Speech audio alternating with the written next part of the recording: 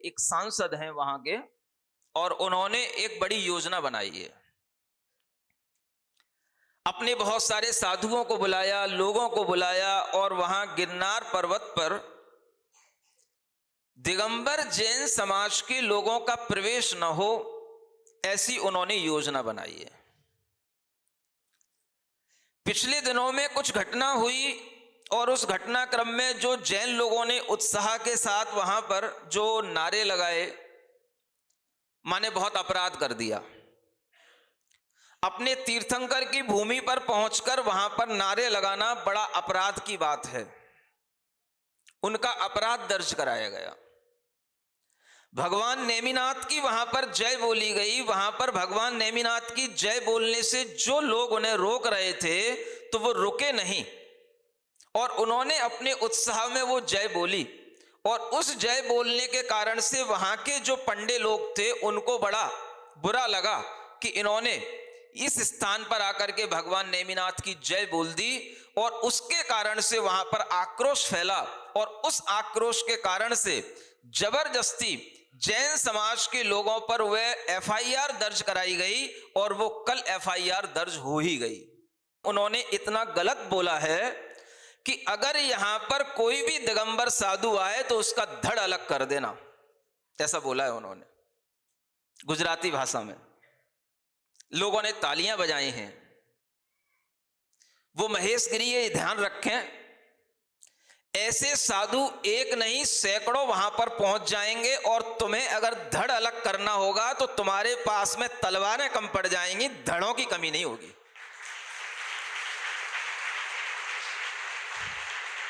ये बात महेश गिरी तक पहुंचा देना। हम लोगों को डराने की जरूरत नहीं है, हम लोगों को कायर समझने की जरूरत नहीं है। आप अगर धड़ काटना जानते हो तो हम आपको धड़ काटने के बावजूद भी क्षमा करना जानते हैं, और आपके ही हाथों से अपना धड़ कटवाने को भी तैयार रहेंगे, और आपको क्षमा करेंगे, आपको आशीर्वाद देंगे कि हे भगवान इन्हें नरक में जाने से बचा लेना। धर्म का माहौल अगर अच्छा बना के रखना चाहते हैं तो केवल राम मंदिर की बात ना करें। राम मंदिर बाहर से बन रहा है, राम मंदिर की प्रतिष्ठा बाहर से हो रही है, लेकिन भीतर से रावण की अगर भावना है और रावण के कृत्य हो रहे हैं तो ये बात इस भारत धरा के लिए अच्छी नहीं है। ये सब उच्च नेताओं को जाकर के बता देना। एक जगह पर एक और जहां पर आगामी समय में राम मंदिर की प्रतिष्ठा होने वाली है, और एक और जहां पर जैन धर्म के अनुयायी अपने धर्म के तीर्थंकर की आराधना करने के लिए अगर उस पर्वत पर पहुंचते हैं तो वो एक गुनाह कर रहे हैं। जिनके ऊपर एफआईआर दर्ज कराने का कोई कारण नहीं था, और वहां की पुलिस एफआईआर दर्ज इसीलिए नहीं कर रही थी क्योंकि कोई उन्होंने गुनाह नहीं कर दिया था।